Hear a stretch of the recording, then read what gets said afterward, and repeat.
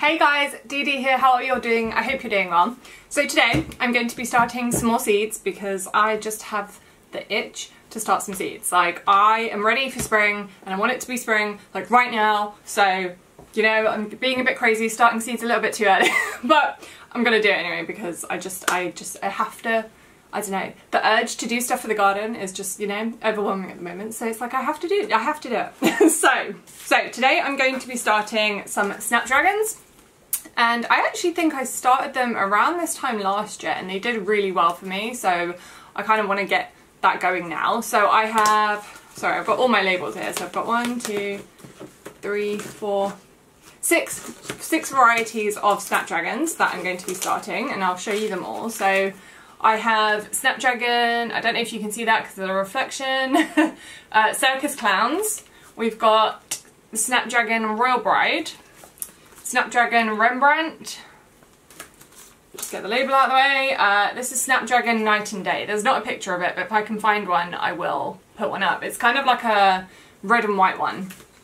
I've got Snapdragon Magic Lanterns, Dwarf Snapdragon, which is like a purpley blue colour, and that's it for those. So the ones that I grew last year were these three, and they did really well for me. They survived the really cool temperatures. They were still blooming in, I think, like October or November because we had like a really mild autumn, and they were still blooming their heads off. So I'm like I love snapdragons for that, and they're really good for your pollinators as well. Like, if you've never seen a bee like go into the little pouch, and it's just so cute and so fun. So yeah, I have a bit more varieties this year, but I don't care because I'm gonna find a place for them. I don't care where it's gonna be. If I have to just stick them out in my grass, I'm gonna do it because I love them. I love them so much.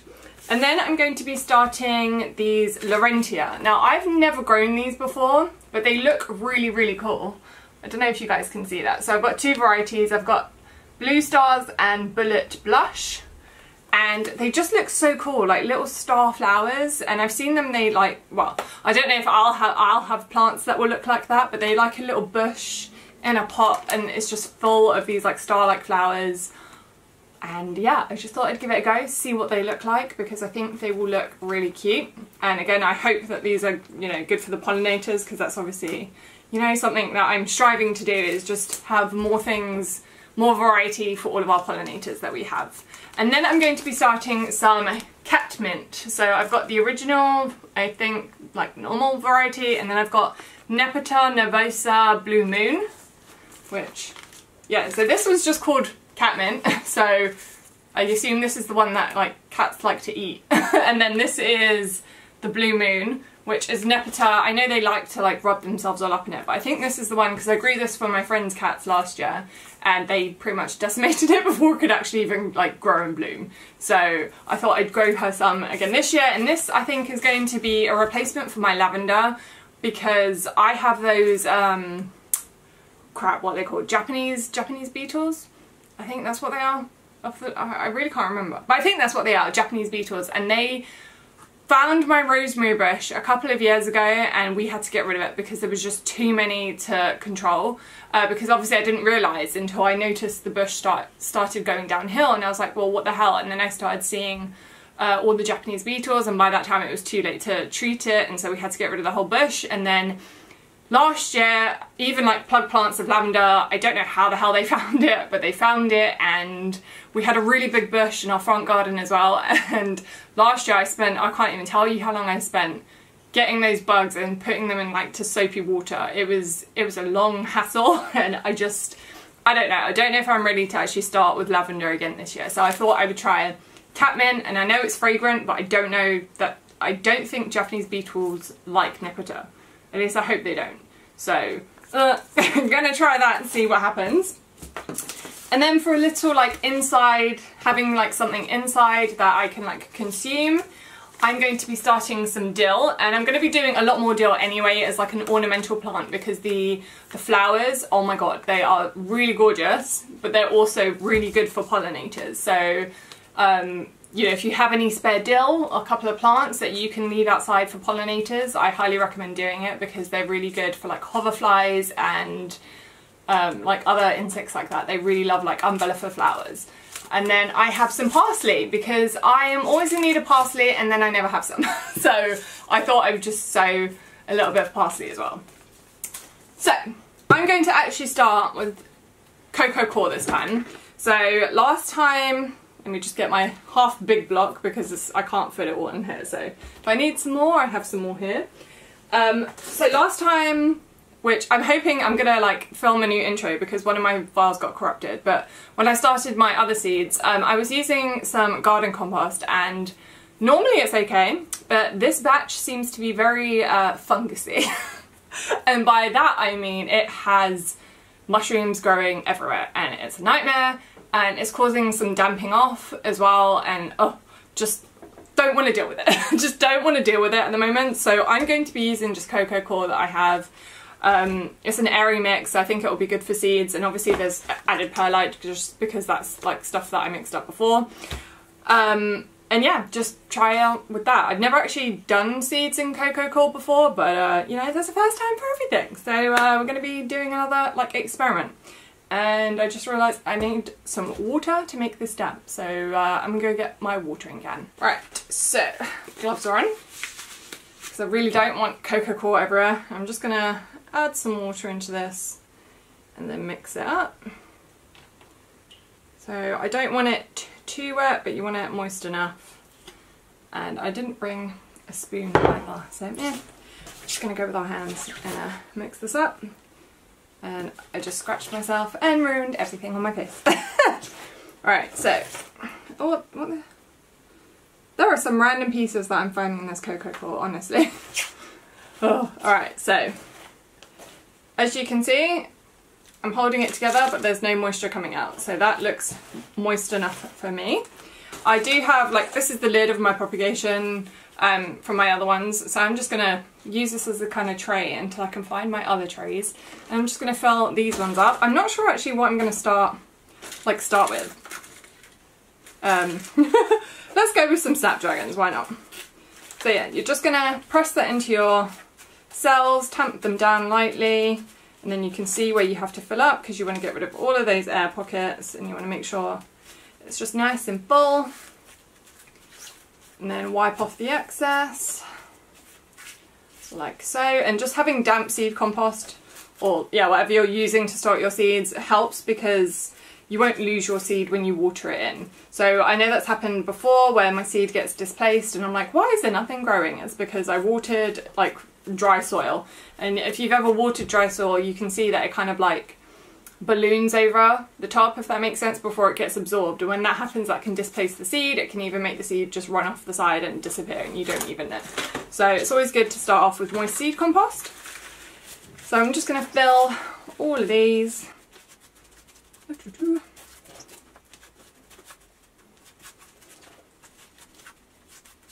This I'm probably going to save for my herbs afterwards. So I've got 2, 4, 6, 8, 10, 12. So I've got 12 trays, like 12 little cells. So I'm just going to move this off to the side and I'm going to take my gloves off, stick that in there, and then I'm going to get my, let's see, snapdragons. I don't know which variety I want the most of. We're just gonna go for it. So I've got my magic lanterns, and it's so annoying with these seed packets because I can see they're all stuck in like the seam where you have to open it. It's really annoying. But snapdragon seeds are tiny, so they need to be surface sown because they need light to germinate. So I'm probably going to get a couple and just kind of sprinkle it over each cell just to hope, you know, that they actually are seeds on each cell, because like I said, they are very tiny. They're kind of like poppy seeds in that sense. Is anything even coming out of them? Hello? Seeds? Okay, there are hardly any seeds in here. How many seeds did they say there are in here? 20 seeds. Okay, I might actually have to like open this and try and get into the seam. This is very annoying. Hello? Okay. You gotta be very careful that this doesn't pop out. Okay, so that's 2 seeds there. And I'm just gonna, possibly drop 1 or 2 onto there. I don't know if that worked. So what are you? you want a magic lentils. So I'm going to do 3 cells of this if I can, even get the seeds out, because again they're kind of all stuck. I'm going to have to like break open this packet to actually get to the seeds.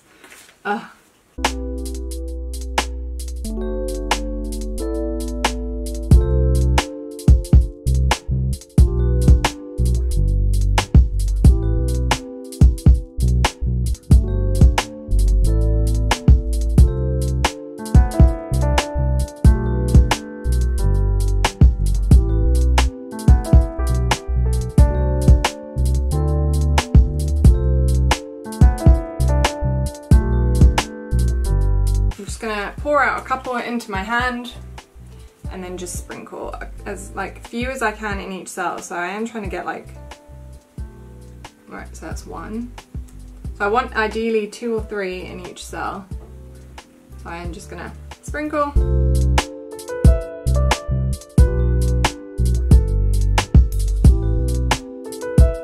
That's in that one.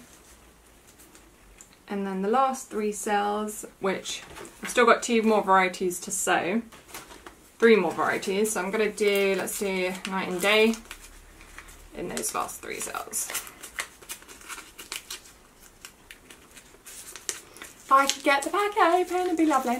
So have you guys started any of your seeds? How's it going? How are you enjoying it? Now I don't have a lot of space inside, so I will, once these have probably like germinated and I've sorted out the mess outside, I will be putting them in like one of my outdoor kind of greenhouses to grow on. And I will be opening, obviously like on mild days, I will be opening the doors so that they can kind of get acclimatized to the weather outside a bit more. And yeah, I really wish that I had like a huge room like set up to start all of my seeds, because it would be, oh, can you imagine the seeds that I would start? Like, I can't control myself when it comes to buying seeds. I'm like, I must have them all, which is bad, but also kind of fun, because I feel like every year I kind of wanted to start growing something a little bit new.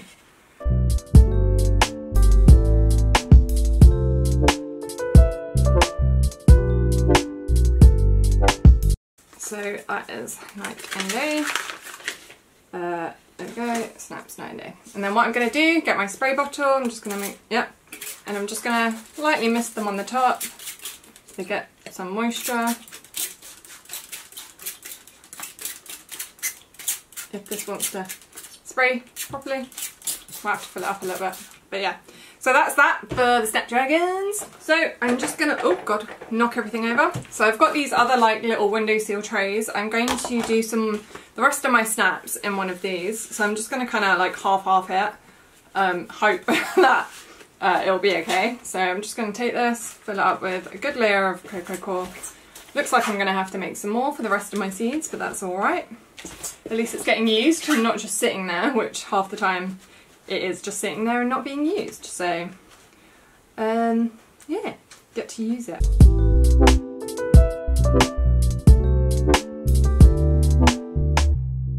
Oh, my seed tamper was outside. And I've probably lost it now because of the storm. So yeah, we had like a billion storms this past week and the wind was insane, and my temporary greenhouses have kind of been destroyed a little bit.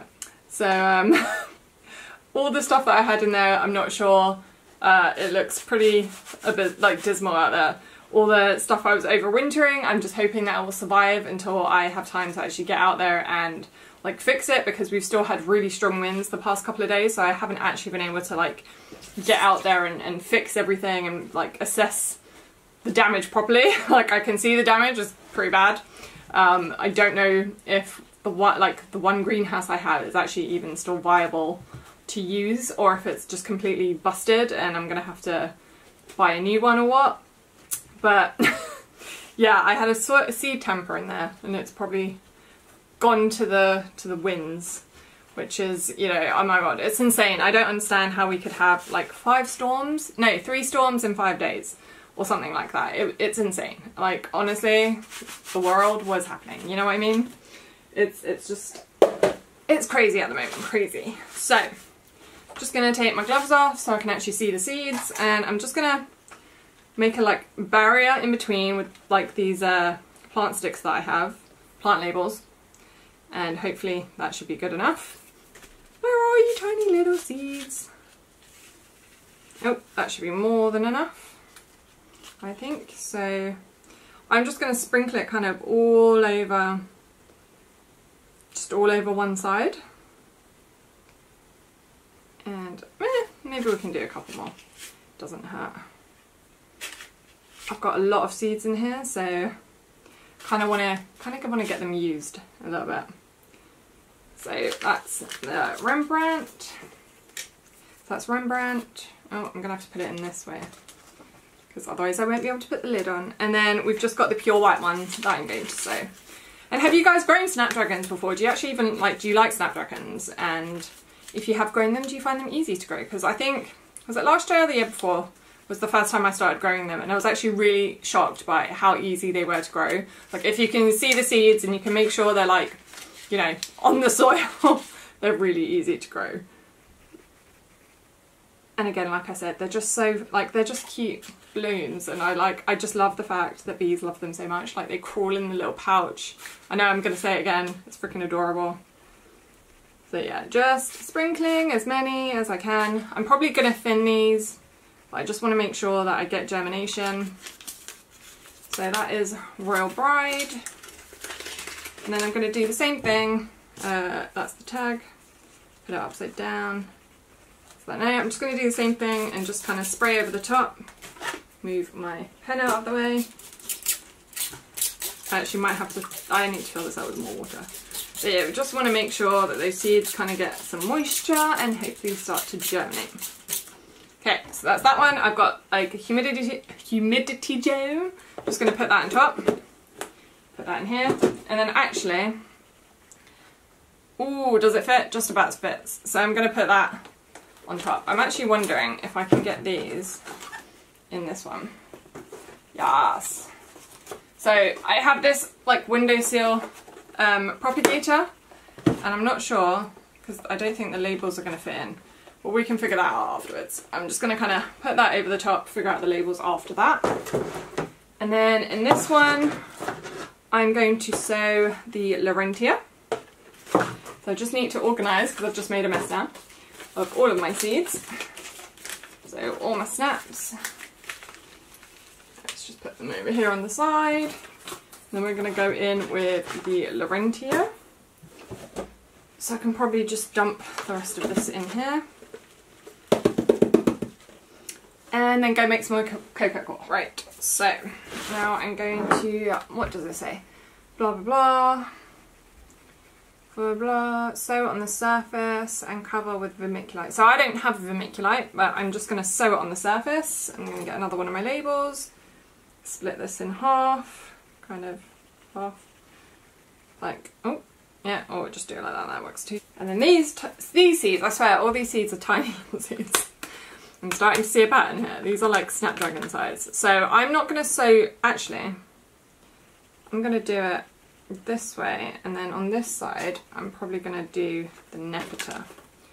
So I can utilise this space, because I don't need that many of these. I'm probably only going to need a couple. So, oh, just going to cut my label this way, and then I can have the Nepeta on this side, and then split that in half with the other half. Haha! There we go. Okay, I'm trying to utilise all the space because I don't need that many seeds of everything. So I'm going to start with the blue stars. Right, now are they going to come out, or do I have to open this all up myself? Because I can hear them. Oh my god, these are even tinier than the snapdragons. Okay.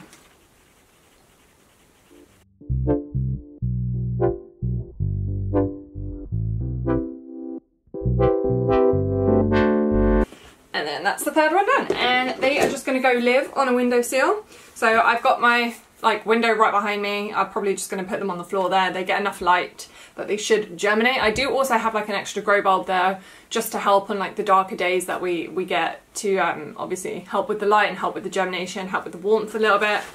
And yeah, then I hope that they will grow. So the last thing I'm going to do is my parsley and dill. I'm going to do exactly, I'm just going to use this container. And we're just going to fill it up with some coco coir. And these are just like old containers that I've like, you know, your mushrooms come in, or your like nectarines or something come in. There is no drainage in this, but that's fine because I'm not planning to have, you know, this in there for like long periods of time. But yeah, I just like to reuse and recycle instead of having to buy like all the seeds. Oh shoot. Putting everything everywhere instead of like, you know, having to buy all that seed stuff again. So I just like to reuse plastic stuff that I have around the house. I just think it's a good way to reuse stuff like that. And if you know, can't afford all that seed stuff because, you know, sometimes it is quite expensive to purchase, then this is like an easy way that you can start seeds. I mean, you can take like cream pots, like your old milk jugs, like your old juice jugs, things like that, you know, just things that you wouldn't think to use, like start seeds with. Just take them, start seeds with them. It's just, you know, easier that way. Cheaper that way as well. So, what does it say? 1.5 centimetre deep. So, I'm just gonna make a little line or two. Do I need that much parsley? Not really, but actually, let's do it the other way around, just so I can separate it. So we've got the dill and the parsley. So yeah, I'm just gonna take my little stick and I'm just gonna make like a nice little kind of line, and then that's where I'm gonna sow the parsley. So that's about 1.5 centimetres deep, and I'm just gonna try and get all the seeds away from the top. I'm gonna open these, and I'm gonna seed more than one plant so that hopefully I can like plant them together. So I'm gonna do 1, 2, 3, 4.